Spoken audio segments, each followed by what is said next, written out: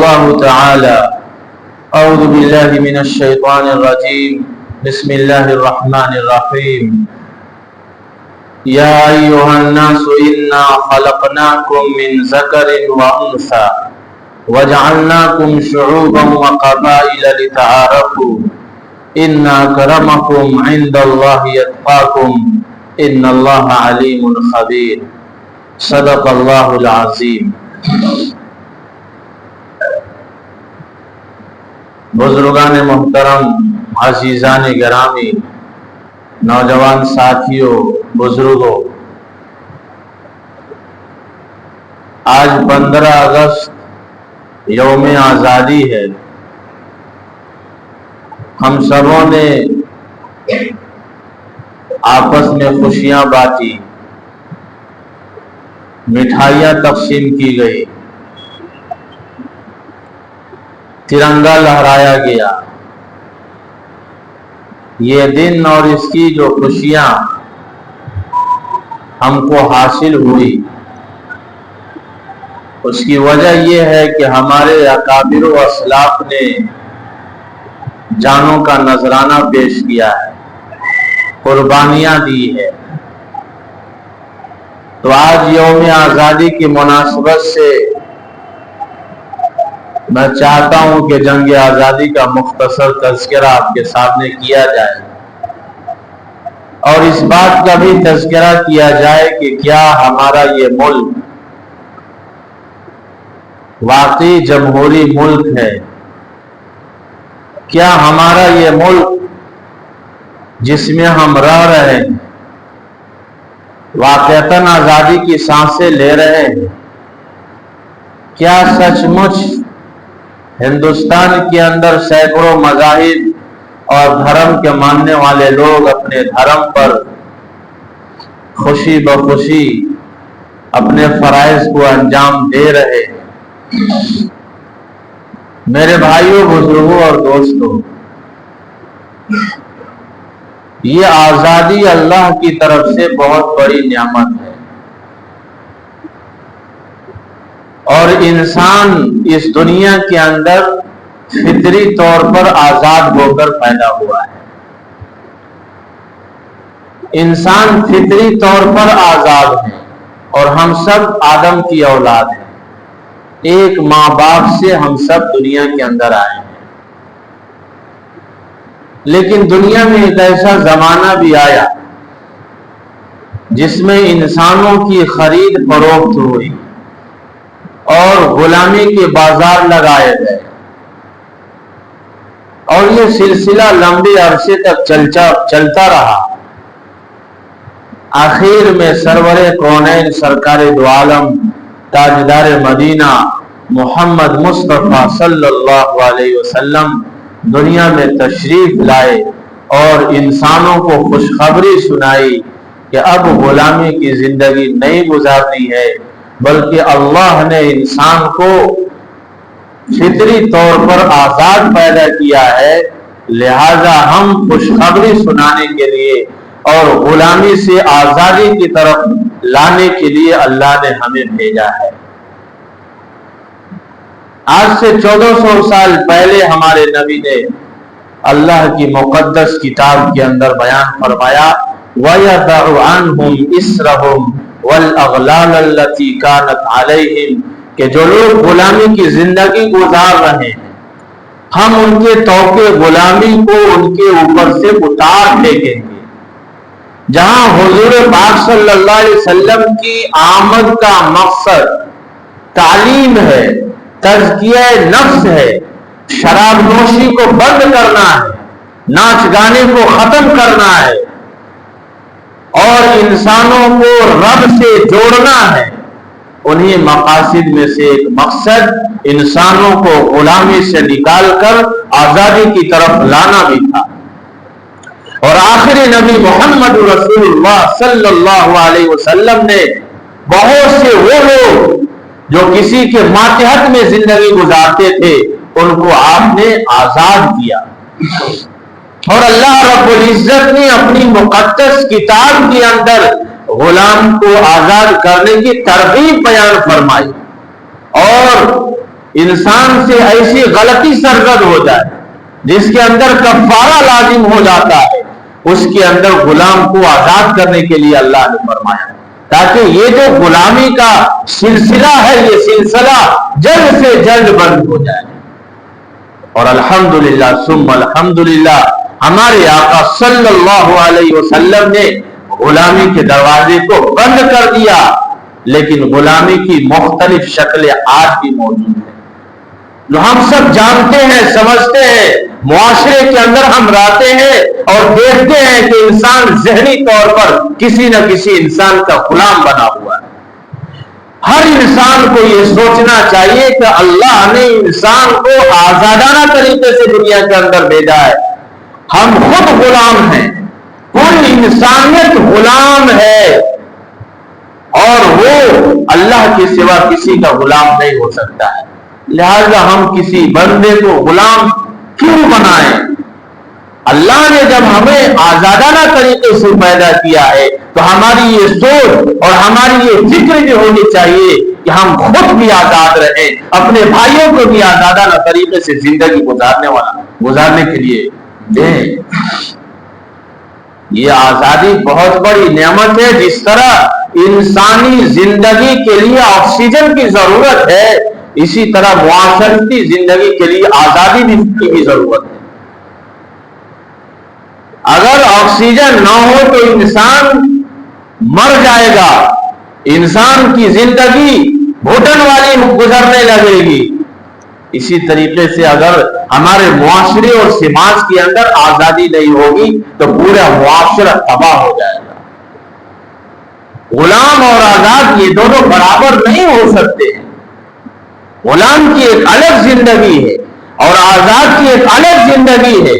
اللہ تعالیٰ نے دونوں کا تذکرہ قرآن کے اندر کیا ہے کہ یہ دونوں برابر نہیں ہو سکتے ہیں۔ ضرب اللہ مثلا عبدا مملوکا لا يقدر على شيء، اللہ مثال بیان فرماتا ہے اس شخص کی جو کسی ماتحت کے اندر رہتا ہے، وہ کسی چیز پر قادر نہیں ہے، لیکن ایک وہ بندہ ہے جس کو اللہ نے بہترین روزی دی ہے، بہترین رزق دیا ہے۔ هل يستوون، کیا یہ دونوں برابر ہو سکتے ہیں؟ دونوں برابر نہیں ہو سکتے ہیں۔ بل اکثرهم لا يعلمون، اکثر جانتے نہیں ہیں۔ لہذا ہماری سوچ اور فکر یہ ہو کہ ہم خود آزادانہ طریقے سے زندگی گزارے اور اپنے بھائیوں کو بھی آزادانہ طریقے سے زندگی گزارنے دیں۔ یہ شریعت کا حکم ہے، یہ اللہ کا حکم ہے۔ میرے بھائیوں، بزرگوں اور دوستوں، اس ہندوستان کو غلامی سے آزادی کی طرف لانے میں ایک لمبی لڑائی لڑنی پڑی ہے، تب جا کر ہمارا یہ ملک آزاد ہوا ہے۔ ہمارے اکابر و اسلاف نے جانوں کا نذرانہ پیش کیا ہے، قید و بند کی صحبتیں جھیلی ہے، تختے دار پر لٹکائے گئے ہیں، تب جا کر یہ تن کے گورے اور من کے کالے انگریز اس ملک کو چھوڑنے پر مجبور ہوئے۔ لیکن یہ انگریز حکمراں اپنے اقتدار کو قائم دائم رکھنے کے لیے طرح طرح کی تدبیریں اختیار کرتے تھے، رشوتیں دیتے تھے، لالچ دیتے تھے اور فرقہ وارانہ اختلافات پیدا کرتے تھے۔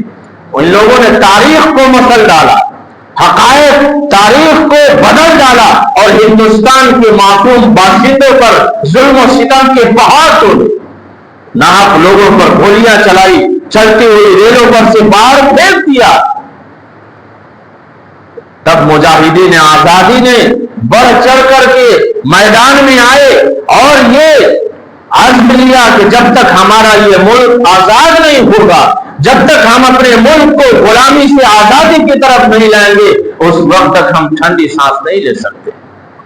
میرے بھائیوں بزرگوں، اس ملک کو آزاد کرانے میں مسلمانوں کا قدرتی طور پر نمایاں ممتاز رہا، قائدانہ رول ادا کیا ہے مسلمانوں نے، اور اس کی وجہ یہ ہے، آپ جانتے ہیں، تاریخ کا مطالعہ کریں گے تو اس ملک کے اندر مسلمانوں کی سینکڑوں برس حکومتیں رہی ہیں، سینکڑوں سال تک حکومتیں کی ہے۔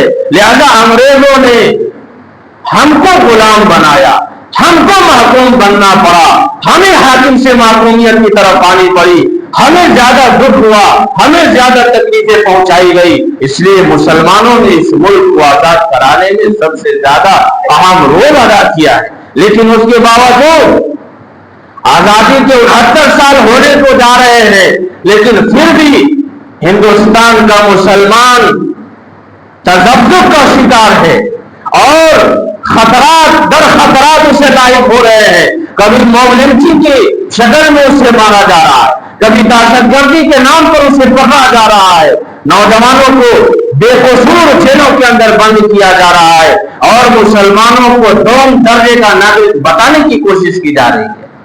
میرے بھائیوں بزرگوں، میں ان لوگوں سے کہنا چاہتا ہوں جو نفرت پھیلاتے ہیں، جو ملک کے اندر امن اور بھائی چارگی کو ختم کرنا چاہتے ہیں،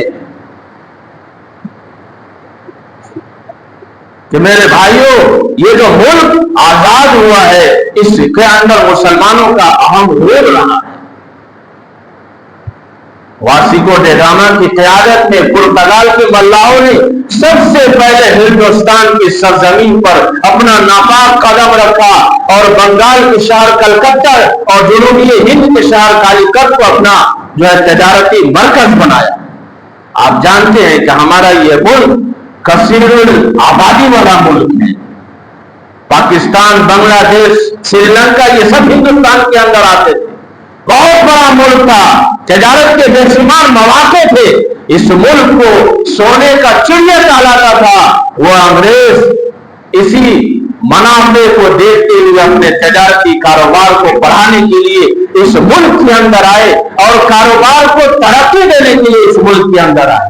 انہوں نے 30,000 پاؤنڈ سے ایسٹ انڈیا کمپنی کی بنیاد رکھی اور 1601 عیسوی میں اس کمپنی کی پہلی مرتبہ جہاز ہندوستان کے ساحل پر لنگر انداز ہوا اور 1612 عیسوی میں عالمگیر رحمت اللہ علیہ کے دور اقتدار میں ان کی اجازت سے گجرات کے شہر سورت کے اندر انہوں نے اپنا تجارتی مرکز بنایا اور مختلف جگہوں پر انہوں نے اپنے تجارتی راستے کو ہموار کرنا شروع کر دیا۔ جب تک اورنگزیب عالمگیر رحمت اللہ علیہ کی دور حکومت رہی اور جب تک آپ زندہ رہے اس وقت تک یہ انگریز تجارت کی سرگرمیوں میں لگے رہے، لیکن جب ان کا انتقال ہو گیا اور مغلیہ سلطنت ٹمٹمانے لگا، مرجھانے لگا، ختم ہو گیا تو یہ ملک طوائف الملوکی کا شکار ہو گیا۔ بہت سے اسٹیٹوں نے خود مختاری کا اعلان کر دیا۔ یہ ایسٹ انڈیا کمپنی جو تجارت کے غرض سے اس سرزمین پر قدم رکھا تھا، اس نے ملک گیری کی ہوس میں مبتلا ہو گئی اور رفتہ رفتہ پورے کلکتہ کے اندر اپنا اثر و رسوخ جما لیا۔ میرے بھائیوں، بزرگوں اور دوستوں، بعض لوگ کہتے ہیں کہ انگریزوں کے خلاف لڑائی لڑنے کا آغاز 1857 عیسوی میں ہوا۔ یہ تاریخی اعتبار سے صحیح نہیں ہے، بلکہ 1857 عیسوی سے 100 سال پہلے جس تحریک کا آغاز ہوا اور جس کے نتیجے میں بنگال کے سراج الدولہ سن 1757 عیسوی میں اور مجنون شاہ نے 1767 اور 1776 عیسوی میں مولانا شریعت اللہ اور ان کے بیٹے داج میاں نے 1812 عیسوی میں سید شہید احمد رحمت اللہ علیہ نے 1831 عیسوی میں ٹیپو سلطان نے 1791 عیسوی میں جو باقاعدہ جنگیں لڑی، ان کا مقصد یہ ہے کہ یہ تاریخ کے غبار میں دب کر رہ جائیں اور اہل وطن یہ نہ جان سکے کہ مسلمانوں کے دلوں میں نفرت کی چنگاری انگریزوں کے خلاف اس وقت سے سلگ رہی تھی جس وقت سے یہ انگریز اس سرزمین پر اپنا ناپاک قدم رکھے تھے۔ 100 سال تک مسلمانوں نے پوری طاقت کے ساتھ اپنے علماء کی قیادت میں نبرد آزما رہے اور 10 مئی سن 1857 عیسوی میں تاریخ آزادی کا دوسرا دور شروع ہوا۔ تو میرے بھائیوں بزرگوں، یہ ایک لمبی لڑائی لڑی گئی ہے۔ یہ سراج الدولہ جو انگریزوں کے خطرناکیوں کو سمجھ چکا تھا اور اس نے پلاسی کے میدان کے اندر جنگیں کی، لیکن اس کا وزیر میر جعفر غداری کیا اور منافقت کی وجہ سے صراط الدولہ کو شکست ہوئی، اور بدلے میں اور انعام میں اس کو بنگال کا اقتدار ملا، لیکن وہ زیادہ دنوں تک نہیں ٹک سکا، معزول کر دیا گیا۔ پھر اس کے بعد اس کا داماد میر قاسم کو بنگال کا اقتدار اسے دے دیا گیا، لیکن وہ بھی زیادہ دنوں تک نہیں ٹک سکا۔ اس طرح انگریز 1767 عیسوی میں کلکتہ اور بہار کے اندر پورے طور پر قابض ہو گئے۔ تاریخ کا آپ مطالعہ کریں، تاریخ آپ پڑھیں، ٹیپو سلطان اور ان کے والد حیدر علی کا تذکرہ کیے بغیر جنگ آزادی کا تذکرہ ادھورا ہے، اور وہ ہمیشہ جو انگریزوں کے خلاف چیلنج بنے رہے۔ ٹیپو سلطان نے ہندوستان کے راجوں اور مہاراجوں کو انگریزوں کے خلاف جنگ کرنے پر آمادہ کیا، اور اس مقصد سے انہوں نے سلطان ترکی، سلیم عثمانی اور ہندوستان کے دیگر وزراء اور بادشاہوں کو خطوط لکھا، اور پوری زندگی انگریزوں کے خلاف مارکا آرائی میں مشغول رہے۔ اس طرح وہ 4 مئی 1791 عیسوی میں سرنگا پٹنم کی مارکا آرائی میں شہید ہو گئے۔ ان کا وہ تاریخی مقولہ یاد آتا ہے، انہوں نے کہا تھا کہ گیدڑ کی 100 سالہ زندگی شیر کی 1 دن سے بہتر ہے، شیر کی 1 دن کی زندگی بہتر ہے۔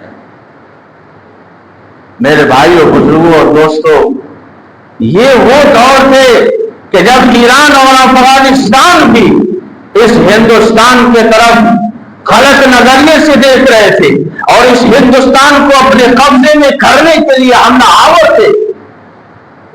1737 عیسوی میں نادر بادشاہ نے دہلی کو تہس نہس کر کے رکھ دیا۔ 1757 عیسوی میں احمد شاہ ابدالی نے 2 مہینے تک میزائل بنائے رکھا۔ اس طرح انگریز سراج الدولہ کو شکست دیتی ہوئی اور ٹیپو سلطان کو جام شہادت پلاتی ہوئی دہلی کی طرف بڑھ رہے تھے۔ دہلی پر مکمل طور پر قبضہ نہیں ہوا تھا کہ اس وقت کے علماء ہند کے امیر کارواں حضرت شاہ ولی اللہ محدث دہلوی رحمت اللہ علیہ نے دہلی پر 50 برس پہلے ہی انگریز کے ناپاک خطرات کو محسوس کر لیا تھا، اور انہوں نے اپنے بیانات کے ذریعے، اپنے خطابات کے ذریعے، اپنے خطوط کے ذریعے عوام کو بیدار کیا، عوام کو جگایا کہ ہمارا ملک غلام ہو چکا ہے، ہم غلامی کی طرف آ چکے ہیں، ہمارے اوپر ایک انگریز انسان ہم پر حکومت کرنا چاہتا ہے۔ لیکن شاہ ولی اللہ محدث دہلوی رحمت اللہ علیہ زیادہ دنوں تک دنیا میں نہیں رہ سکے، اور 1765 عیسوی میں وہ دنیا سے رخصت ہو گئے، اور پھر ان کے صاحبزادے شاہ عبدالعزیز رحمت اللہ علیہ اپنے والد محترم کے اس مشن کو آگے بڑھائے، اور ان کے ساتھ بہت سے مجاہدین آزادی نے بڑھ چڑھ کر کے حصہ لیا اور ہندوستان کو آزاد کرانے میں اپنے جان، مان، تن سب کو قربان کر دیا۔ پھر 1857 عیسوی سے جنگ آزادی کا سلسلہ شروع ہوتا ہے، جس میں علماء دیوبند کا اہم رول رہا ہے۔ 1857 عیسوی میں بظاہر مسلمانوں کی اور ہندوستانیوں کی شکست ہوئی تھی، لیکن ہمارے اکابرین نے دارالعلوم دیوبند کا جو قیام کیا تھا وہ اسی مقصد کے تحت کیا تھا کہ انگریز قرآن پر، تعلیم پر اور مسلمانوں کی شریعت پر حملہ کرنا شروع کر دیا تھا، تو اس وقت کے بزرگان دین نے دارالعلوم دیوبند کا قیام کیا اور 1866 عیسوی میں اس کی بنیاد رکھی۔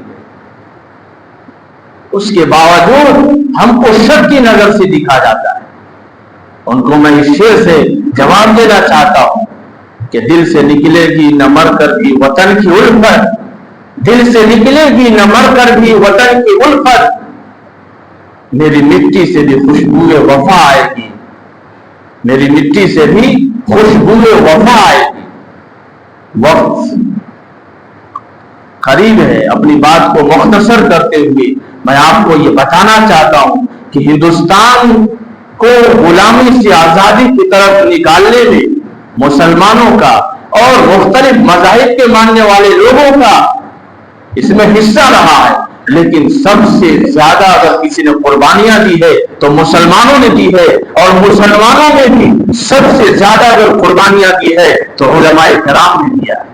1857 کی جنگ آزادی میں دہلی کے اندر 2 لاکھ مسلمانوں کو شہید کیا گیا، جس میں 51,000 علماء کرام تھے۔ دلی کے چاندنی چوک سے لے کر خیبر تک خون کی ندیاں بہہ رہی تھی۔ ہمارا یہ ملک غلامی سے آزادی کی طرف ایک لمبی لڑائی لڑنے کے بعد یہ ملک آزاد ہوا ہے۔ ہم مسلمانوں کو اپنی تاریخ پڑھنی چاہیے اور اپنے تاریخ کا مطالعہ کر کے اپنے اندر ہمت، عزم پیدا کرنے کی ضرورت ہے۔ اور آج کے مسلمان کے جو حالات ہیں ان کو میں 2 اشعار میں بیان کر کے اپنی بات کو ختم کر دیتا ہوں۔ مسلمانوں کے جو حالات ہیں ان کو میں 2-3 اشعار میں بیان کر کے اپنی بات ختم کر دیتا ہوں۔ مسجد کے لیے سر کٹانے کے لیے تیار ہے، مسجد کے لیے سر کٹانے کو تیار ہے، لیکن مسجد میں سر جھکانے کو تیار نہیں۔ مسجد کے لیے سر کٹانے کو تیار ہے، لیکن مسجد میں سر جھکانے کو تیار نہیں۔